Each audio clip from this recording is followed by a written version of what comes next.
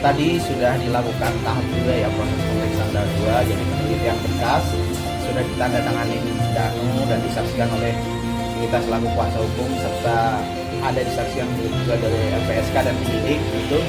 Nah, tahap 2 ini adalah proses dari pihak kepolisian, dari penyidik untuk pelimpahan berkas bukti ya, maksudnya berkas serta terdakwanya begitu.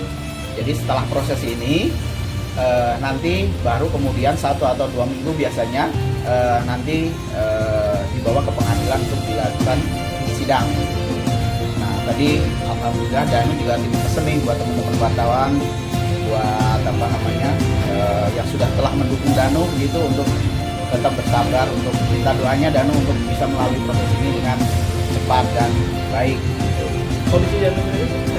Kondisi Danu sehat alhamdulillah, dan agak agak rileks ya, agak lepas ya, karena memang LPSK, kita berterima kasih ya, karena LPSK ini secara rutin memberikan pendampingan secara psikologis gitu untuk pemulihan psikisnya Danu gitu. Jadi setiap 1 minggu sekali biasanya LPSK datang nih ke tahanan untuk Danu, untuk memberikan spirit untuk penguatan mentalnya Danu supaya stabil dan baik serta siap menghadapi proses persidangan nanti. Bang, Pak Yosef masih menyangkal, Bang? Pak Yosef masih menyangkal gimana?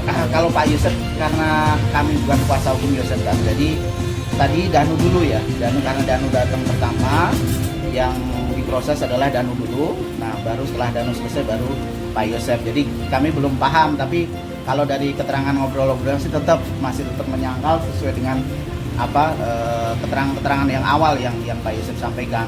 Bang, untuk dilaksanakan LPSK dia gimana Bang? Apa ada tempat khusus itu? Kalau tahanan khusus untuk Danu, karena dia di bawah perlindungan LPSK, ada tempat khusus yang memang dikhususkan untuk Danu, untuk saksi bagaimana supaya aman begitu, tidak terjangkau oleh orang umum begitu. Jadi Bang, sifatnya private gitu memang.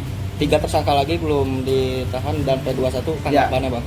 Kami berharap, karena kemarin proses pra-peradilan sudah dilaksanakan dan pra-peradilannya juga sudah ditolak, kami berharap harusnya pihak kepolisian, dalam hal ini adalah kejaksaan gitu, agar segera melakukan penahanan begitu, karena kami yakin ini sudah lengkap gitu. Sini sudah sesuai dengan prosedur, bukti-bukti juga sudah cukup kuat, yang mana minimal 1 alat bukti, minimal 2 alat bukti maksud kami itu sudah dikantongi begitu loh. Jadi saya pikir mungkin ya, kalau kita berbaik sangkanya ya, mungkin setelah proses pemilu ini mungkin akan dilakukan penahanan. Harapan kami seperti itu, karena sudah jelas kok kalau menurut kami kenapa tidak segera dilakukan penahanan begitu. Dan itu juga bukan harapan kami saja, tentunya harapan dari keluarga korban, harapan juga dari masyarakat Indonesia yang memang segera kedua tersangka ini untuk segera ditahan.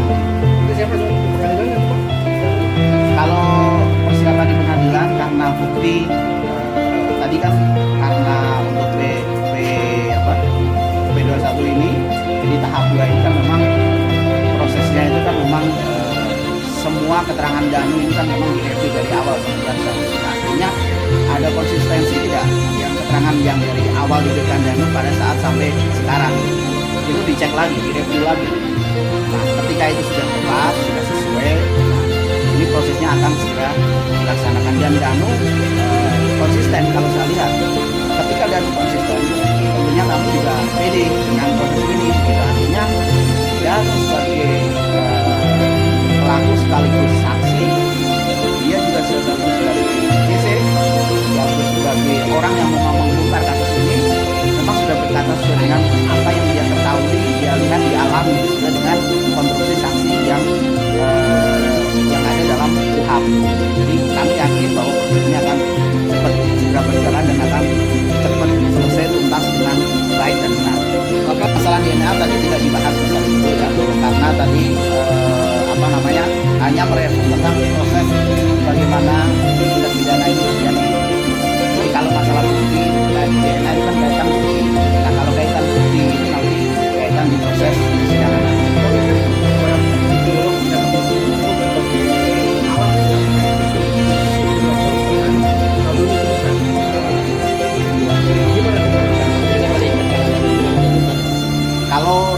jelas menyebutkan bahwa alat untuk melakukan pembunuhan ini ada dua, pertama golok dan stick golok.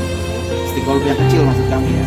Nah, ini kan sudah ada keterangan saksi disertai dengan petunjuk-petunjuk yang lain gitu.